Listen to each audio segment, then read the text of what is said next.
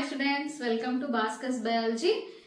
This is Aparna Chergondi. Today Inter first year physics lo laws of motion ane lesson nunchi 4 marks question నేర్చుకుందాము. Video skip చేయకుండా end వరకు చూడండి. నచ్చితే like చేయండి, share చేయండి. ఇంకా ఎవరైనా సబ్స్క్రైబ్ చేసుకోకపోతే సబ్స్క్రైబ్ చేసుకోండి. Fifth lesson laws of motion నుంచి 4 మార్క్స్ క్వశ్చన్ చూద్దాము. Advantages and disadvantages of friction. Okay, advantages and disadvantages of friction. While I am writing, నేను ఏదైనా రాస్తున్నప్పుడు ఫర్ ఎగ్జాంపుల్ నేను మీకు చెప్తున్నప్పుడు while I am writing, if the marker is dropping, అంటే నా మార్కర్ అనేది నేను రాస్తున్న మార్కర్ అనేది హ్యాండ్ నుంచి పడిపోయింది అంటే జారి పడిపోయింది అని అంటాం. అంటే ఏంటి? జారిపోతుంది అంటే నా ఫింగర్స్ కి నా మార్కర్ కి ఫ్రిక్షన్ లేదు. ఓకే, ఫ్రిక్షన్ లేదు. ఫ్రిక్షన్ లేకపోతే మనం ఆబ్జెక్ట్స్ ని పట్టుకోలేము. One can hold any object with fingers due to friction. Marker అనే కాదు, మనము ఒక బుక్ హోల్డ్ చేసినా, రాస్తున్నప్పుడు పెన్ హోల్డ్ చేస్తున్నా, లేదు అని అంటే మనం మొబైల్ యూజ్ చేస్తున్నప్పుడు ఏదైనా మనం హ్యాండ్ తో ఒక ఆబ్జెక్ట్ ని పట్టుకోవాలి అని అంటే, హోల్డ్ చేయాలి అంటే ఖచ్చితంగా ఆబ్జెక్ట్ కి మన ఫింగర్స్ కి ఏముండాలి? ఫ్రిక్షన్ అనే కాన్సెప్ట్ ఉండాలి. ఫ్రిక్షన్ లేకపోతే we can't hold any object. Next, while we are walking అంటే మనం నేల మీద నడుస్తున్నప్పుడు, గ్రౌండ్ మీద నడుస్తున్నప్పుడు లేదా పరిగెడుతున్నప్పుడు ఫీట్ కి, మన పాదానికి గ్రౌండ్ కి ఫ్రిక్షన్ అనేది ఉండాలి. ఫ్రిక్షన్ లేకపోతే ఫర్ ఎగ్జాంపుల్ స్కేటింగ్ చేస్తున్నప్పుడు గ్రౌండ్ మీద ఎలా వెళ్తారు? వీల్స్ అనేవి మనకి ఎలా వెళ్తాయి? స్మూత్ గా వెళ్తాయి. అంటే ఫ్రిక్షన్ సరిగా ఉండదు. అదే మనం వాక్ చేస్తున్నప్పుడు మనము ఫ్రీగా వెళ్ళలేం కదా. మన ఫీట్ అనేది గ్రౌండ్ మీద పూర్తిగా ఫ్రిక్షన్ తో పాదము పూర్తిగా మోపాలి. అలా మోపినప్పుడైతే మనము నడవగలము. అంటే ఏంటి?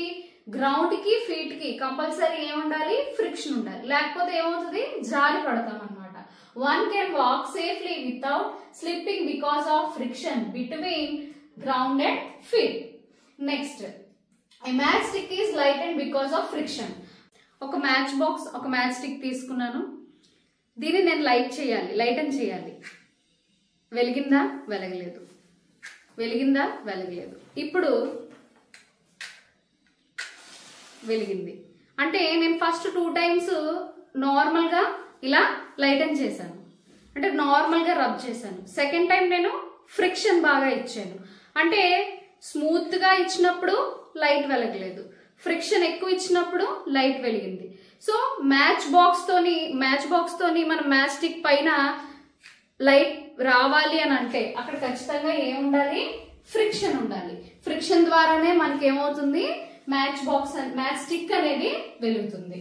Next, nails and screws are driven in the walls due to the friction. Okay, nails and screws are driven into the wall due to the friction. ఇప్పుడు గోడకి మనం మేకులు కొట్టాలి, లేదా ఒక స్క్రూ బిగించాలి, ఒక ఫోటో ఫ్రేమ్ తగిలించాలి, లేదా ఈ బోర్డే మనము వాల్ కి స్టిక్ చేయాలి. ఇప్పుడు ఈ బోర్డు వాల్ తో ఎలాగా సపోర్ట్ తీసుకుంటుంది? మేకులు ఉండాలి, అంటే నెయిల్స్ ఉండాలి, లేదా స్క్రూస్ ఉండాలి. ఆ స్క్రూస్ ని మనం వాల్ కి ఏం చేయాలి? బిగించాలి, డ్రైవెన్ చేయాలి. అప్పుడు ఏం కావాలి? ఆ నెయిల్ కి, అంటే ఆ మేకుకి గోడకి మధ్యన ఫ్రిక్షన్ ఉండాలి. అప్పుడే అది ఇన్సర్ట్ అవుతుంది, డ్రైవెన్ అవుతుంది. లేకపోతే మనము చేయలేము. సో ఫ్రిక్షన్ అనే ఒక కాన్సెప్ట్ వల్ల మనం డైలీ లైఫ్ లో చాలా యాక్టివిటీస్ చేస్తాము. ఆ ఫ్రిక్షన్ లేకపోతే మనం ఏమీ చేయలేము.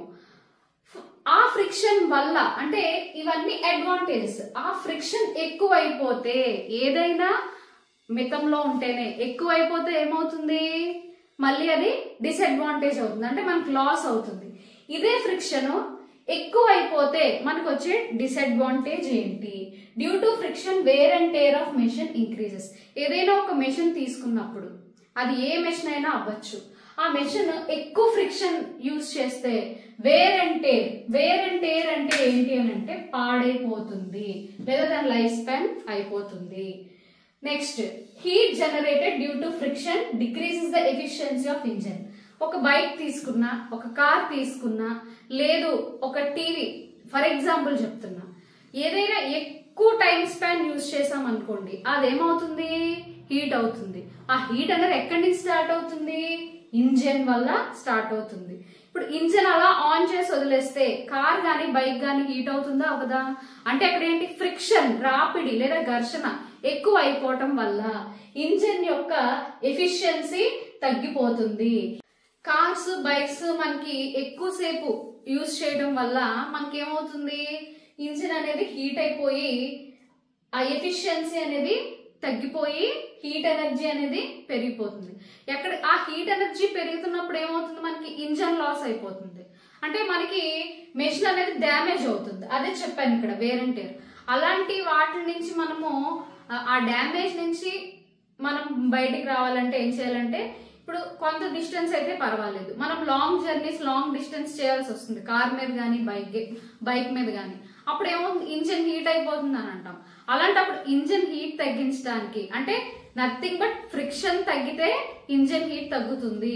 ఫ్రిక్షన్ తగ్గాలంటే ఏం చేయాలి, మనం కొంత టైం ఆ మెషిన్ కి టైం ఇవ్వాలి. అప్పుడు మనం ఏం చేయాలి, మధ్యలో ఎక్కడైనా కాసేపు ఆగడం వల్ల, ఆగి మళ్ళీ మనం జర్నీ స్టార్ట్ చేయడం వల్ల ఇంజిన్ అనేది కూల్ అవుతుంది, జర్నీ అనేది హ్యాపీగా చేసుకోవచ్చు. ఫ్రిక్షన్ తగ్గుతుంది, మళ్ళీ దాని రీజనరేట్ అయ్యి మళ్ళీ ఇంజిన్ స్టార్ట్ అవుతుంది. Next, friction results in the large amount of power loss in engines. ఎప్పుడైతే హీట్ అనేది ఎక్కువైపోయింది, హీట్ ఎక్కువైపోవడం వల్ల మనకి ఏదవుతుంది, ఒక్కొక్కసారి మిషన్స్ పాడైపోవడం అవుతుంది, ఇంజిన్స్ బర్స్ట్ అయిపోవడం కానీ మిషన్స్ పాడైపోవడం కానీ అవుతుంది. లేదు అంటే అలా కంటిన్యూస్ గా ఉండడం వల్ల కావాల్సిన దానికన్నా ఎక్కువ పవర్ తీసుకుంటుంది. ఇప్పుడు నార్మల్ గా వర్క్ అయ్యేదానికన్నా హీట్ ఎక్కువైనప్పుడు కావాల్సిన దానికన్నా ఎక్కువ పవర్ తీసుకుంటుంది. అప్పుడు ఏమవుతుంది, పవర్ లాస్ అవుతుంది, మనకి ఎక్కువ పవర్ వేస్టేజ్ అనేది అవుతుంది. ఇప్పుడు ఇది అడ్వాంటేజెస్ అండ్ డిసడ్వాంటేజెస్. ఈ డిసడ్వాంటేజెస్ తగ్గించాలంటే మనం ఏ మెథడ్స్ యూజ్ చేసుకొని మనము దాన్ని ఓవర్కమ్ చేసుకుంటాము. నెక్స్ట్ నేను చెప్పే బెస్ట్ అడ్వైస్ ఏంటంటే, ఏదైనా మనం ఒక క్వశ్చన్ రాసేటప్పుడు వాడి క్వశ్చన్ లో ఏం అడిగాడు, మనం ఏం రాస్తున్నాము, advantages and disadvantages of friction అని పెట్టి లైన్ గా పాయింట్స్ రాసేయకుండా ఫస్ట్ అడ్వాంటేజెస్ ఆఫ్ ఫ్రిక్షన్ అని పెట్టి కంపల్సరీ 4 పాయింట్స్ పడాలి. నెక్స్ట్, డిసడ్వాంటేజెస్ ఆఫ్ ఫ్రిక్షన్, ఈ 3 పాయింట్స్. ఎక్కడైనా ఇంపార్టెంట్ పాయింట్స్ వచ్చినప్పుడు ఇలా అండర్లైన్ చేసుకొని డబుల్ కోట్స్ ఇవ్వాలి.